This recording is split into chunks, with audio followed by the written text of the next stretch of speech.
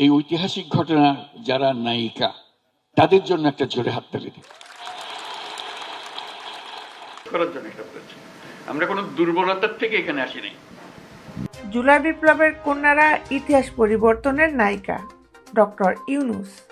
বাংলাদেশের জুলাই অগাস্ট গণ অভ্যুত্থানে অংশ নেওয়া মেয়েদের ইতিহাস পরিবর্তনের নায়িকা বলে সম্বোধন করেছেন প্রধান উপদেষ্টা ডক্টর মোহাম্মদ ইউনূস।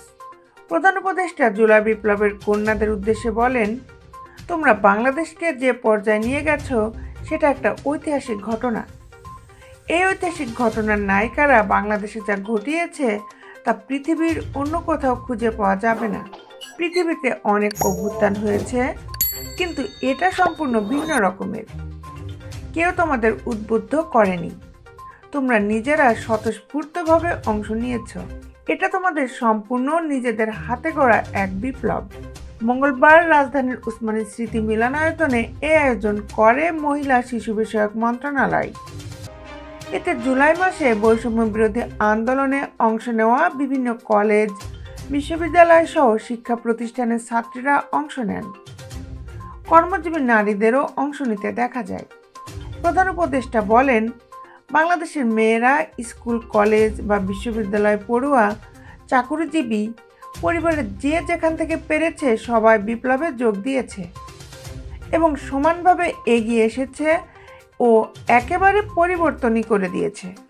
5ই আগস্টের পর নতুন বাংলাদেশ তৈরি হয়েছে। প্রধান উপদেষ্টা বলেন, এই নতুন বাংলাদেশ আমরা গড়ব, এটাই আমাদের শপথ। অন্তর্বর্তীকালীন সরকারের প্রধান বলেন, গণ অভ্যুত্থানের মাধ্যমে বাংলাদেশের মেয়েরা এমন শক্তি দেখিয়েছে যা অন্য কোনো দেশের মেয়েরা এখনো দেখাতে পারেনি। এর পরিপ্রেক্ষিতে বলতে হয়, তোমরা অনেক এগিয়ে। এই যে এগিয়ে থাকাটা বিরাট সৌভাগ্যের ব্যাপার। নতুন বাংলাদেশ গড়ে তোলার স্বপ্ন বাস্তবায়নের আগ পর্যন্ত সক্রিয় ভূমিকা পালনের আহ্বান জানিয়ে ডক্টর ইউনূস বলেন, তোমরা পুরনো বাংলাদেশকে বদলে নতুন বাংলাদেশ গড়ার যে ভূমিকা নিয়েছো সেটা পূরণ করতে হবে।